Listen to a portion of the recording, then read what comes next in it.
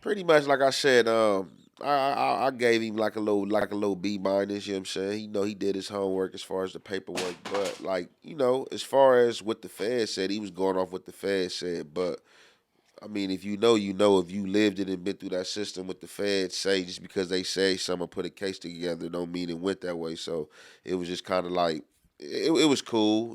So I just reacted just to clean certain parts up where he was saying other homies were scared of other people and this has happened and this person was a mid-level distributor because like how they had me. So basically, he said that I was a runner, a mid-level distributor that supposedly I was working for somebody, but the reason why time, I got more time than the mid-level distributor is because basically who I was in connect with and who I was from A Trade, and they was hearing conversations and people keep having my name in their mouth, but like all that was false. Like I wasn't even supposed to be on an indictment with the homies. Like shit, I was out there doing my thing, but like what they had going on, I wasn't a part of that. Only thing you can just stick to me is being from A Train and being in Washington. That's it. So Yeah. that was enough for them. You know what I'm saying? Just being in A Train, being from A Train, being in Washington. Yeah, you on this indictment, you mess with them. Hey, look, listening to that, right? I'm gonna throw you alley oop. I want you to do this.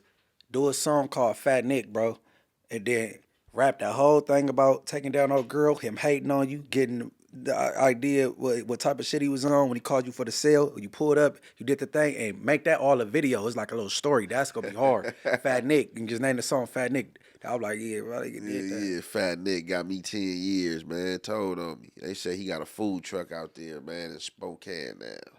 Yeah, when we did the interview over there in your section, I just briefly asked you about it, and that was deliberate because I didn't want to go into no details about it.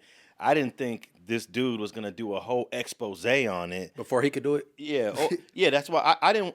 I knew about the whole thing because we talked about it off camera, but I didn't want to like spend like 20 minutes on the Spokane case. I think it was like a 4 minute clip that I Yeah, that I it's posted. something real Yeah, short. real Yeah. short. If I knew it was gonna be coming out like this, I would have asked you some more questions about it. But dang, Shit, this I is didn't know it was coming out like this. That like, believe me, I like a lot. Then a lot of people is people. That's how you know people don't know me. But like the people who do know me, they already know how I get down, like and how I carry myself. So they was just sending it to me like, bro, you seen this? And I'm looking like, hell no. And then other people, on the back, oh yeah, man, man, why they gave him the case? Like, what the hell I'm gonna give him the case for and I do content? I could just put the case out myself, and which I was gonna do in due time. But like I said, the Rap Hustle News dude beat me to it. nah. He just probably went to Pacer and got it off the internet for No, but he's sure. saying he Yeah. beat him too. But see, you can't take your time on nothing these days. Yeah. You just gotta like when you think about it, just get on it. Okay, so what was your grade you gave him? B Game like a minus. B minus, That's still a good All right, grade. I'm giving him a D plus. D plus. Why? The reason why is because he relied solely on law enforcement documents. He could have tapped in with Young Ant and got his opinion on a few things. He could have tapped in with any A trays. I'm sure that he's got all the names of the people. He could have looked up phone numbers and get at least two or three people's response to the case that are home. He Alex, did none of that. what you gotta understand, your style of podcasting is different, and you like a real journalist, and you still use an ink pen and write things down and take notes. You can't expect people to like, you know what I'm saying, how you do it. Well, I want to push people to that expectation. Just like, for example, I got a call from the LA Times yesterday about the Big U indictment, or it's a complaint. And what they're doing is they're talking to both sides. Of course, they're talking to the police. They're getting the police perspective, but they tapped in with me to get my perspective. They tapped in with Skip Townsend to get his perspective. So they're balancing the story with the other side. Homeboy didn't balance it out with the other side. It was solely police information. Because that's how you supposed to do it. You feel me? And enough dudes out here ain't got that common sense and or integrity, because that's just like me. Like any story, like if I get out here, if I tell a story about me whooping your feet or something happened to you, and even if I know, because I'm not gonna put no false content out there, but even if you got a problem with something I'm saying, I'm gonna put your story out there too. I want to say, like, you know what I'm saying? And that was a situation that happened. I told a story not too long ago in the county jail about, you know what I'm saying, me running into some dude, you know what I'm saying, and me having to do my thing, and he like tapped in like, hey man, dang bro, yeah, you did that, but like, man, you made me seem like I was just like a cold buster and this and this and that, you know what I'm saying? Like, whoa, and I'm like, man, all right, so what you want me to say? He was like, well, I feel this happened from this perspective, and I just was like, end result, I did what I did, you agree with that, but, this his side of it, this how he viewed it, you know what I'm saying? So, you definitely, you know what I'm saying, when you speaking on things, you would allow both sides. And look, Munchie, the author of that video had an obligation to at least reach out to Young Ant because he was extremely accessible. Hey, I'm about to do this video on the Spokane indictment. I know you was in it. Now you're home. Can I get some reaction, some feedback, or some opinion on what it was? Yeah, that's only right based on out of that whole indictment was 60-something people, 62 people. He the one that's in these metaverse streets now. You know what I'm saying? Yeah, but they're all home except one guy, right? But he the most he in reach out of everybody. Everybody knows Instagram and you know what I'm saying. So you're right. So that's understandable. But like the way he doing it is the lazy and the easier way. Oh yeah, and I think there's like 2 or 3 channels that are doing that right now. I mean, whoever did that little 6-minute, 8-minute thing on me, he didn't hit me. Yeah. Like that's just what they do. You know what I'm saying? Yeah. Sure, content, man. They trying to get $1, man. They don't care. You feel me? That's a good point, Munchie.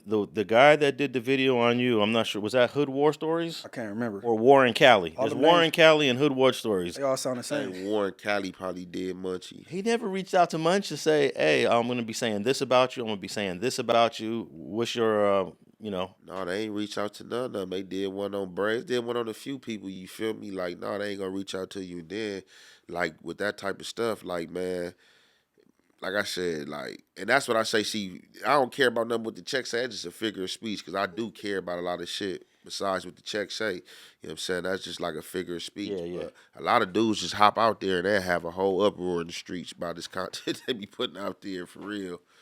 All right, before we move on from your indictment, the last thing I want to know is, did you ever have a tip or an inkling or some information that the feds are on us before you got arrested? Did you figure out? Yeah. How long in advance did you figure out before you got arrested that damn the feds are watching us? Probably like me seeing them and like probably like 2 months for like probably like about like roughly like anywhere from 45 days to 60 days before we had went down. It was a situation where I can't say my boy name because he didn't even get indicted. He was one of the unindicted co-conspirators, but I had him out there, right? And he was like, he went to go, you know what I'm saying, hit a fade. What that mean, he went to go, you know what I'm saying, serve, you know what I'm saying, who wanted that work. So he went to go hit a fade or whatever, and while he was hitting the fade, like, he ended up peeping the police and didn't do the fade and walked inside the restaurant and threw the drugs inside the trash can and walked out the other side like, you know what I'm saying, and hopped in the car and got on type and came right to me like, hey, man, bro, this was going on, bro. It's spooky out here, bro, man. Like, and I could just see his apprehension and how he was looking. He kind of spooked me, and I'm like, what? He like, bro, I'm telling you, brother, he like the feds, bro. So then I'm like, all right. So I took heed to it. I hopped on the first thing flight back to L.A., but we had another homie out there, and he hear what's going on, but he like, man, I ain't caring. I'm fresh out, bro. Look, if y'all want to go to LA, bro, look, is it cool if I just stay right here, bro? Look, I'm gonna work everything. And I'm just like, all right, bro, if that's what you want to do, it's good. You feel me? So we got up out of there. The other homie stayed out there. Then when I got back to LA, I started seeing him one night, man. I'm sliding in the hood, and homies was talking about it because they was outside of one of my homies' houses camping out, and like, it almost got bad because, like, when that's like you in the hood and you seeing a car that you don't recognize, and we not knowing who this car is. So for a minute we thinking it's like, is these like some enemies like trying to sit up? So some crazy stuff almost happened. You know what I'm saying, to that car, until like some homies like, man, hey man, them some white boys, bro. That's the feds. Like, man, y'all really gonna have shit hot. Like, so that was another like, oh, so stop going to that spot. Then one day I'm in traffic, riding up Western, and boom, I just see, like, I make a turn, I see this car follow me, and I be in my mirror. I'm always like conscious and observing when I'm driving. I hit a few corners, this car was driving me, and it was like a unmarked car. So I'm like, I hit this corner right here. So I know like the zigzags and the pace I'm going, like, you can't be going the same place I'm going. You gotta be following me. So when I hit like a few more corners, I see this car did the same thing. I got up out of there on them. I'm like, oh yeah, that's them people. So that's when I knew then, like, oh. So I tell the homie, because the homie, he had just hit me a day prior to, like, he had to just get on from him. So when you start seeing little stuff like that, yep, I definitely seen him. And then, like, right after that incident, probably like 2 weeks later, I probably was in jail, in federal custody. Damn. So They peep out and start showing themselves. Not everybody see them, but sometimes they definitely get arrogant. They start, and they like, when they know they got you, they, like, you know what I'm saying, they definitely pop out and show themselves, and, like, you know what I'm saying, all the, what's up, woo woo, you start seeing little funny stuff, like, for sure. And then you even get pulled over sometimes, like, because some of my co-defendants that got pulled over by state troopers and all type of stuff, and stuff you supposed to went to jail for, you not going to jail for. It's because they still investigating you or about to come get you. Or no, don't even trip, just let him go. yeah, that should be a number one clue right there. Okay, I want to ask, when the people were going through the airport with 50,000, 75,000, 100,000, and they were letting them through, that should have been an indication, like, hey, bro, they stopped me, they looked in the bag, and they let me go. No. You don't. It's called a sneak peek. They ain't letting them know that they saw it. You don't know about it, because look, you don't know about it. You know what I'm saying? Because it was different ways you was hiding your money. So if your money still look intact and you get with your luggage, you ain't knowing they went through your shit. They was sneak peeking. Like, if anybody, like, if so, besides the sneak peeks, they was taking the money. If they took the money and they notified you, they probably was trying to get you to work or just confiscated it from you. So that's what made me stop going through the airport. One day I went through the airport, you know what I'm saying, I was going back, had like 80 racks on me going through the airport. So when I get back to LA, TSA, I grab my luggage, I'm walking out, you know what I'm saying, about to go hop in a taxi, you know what I'm saying.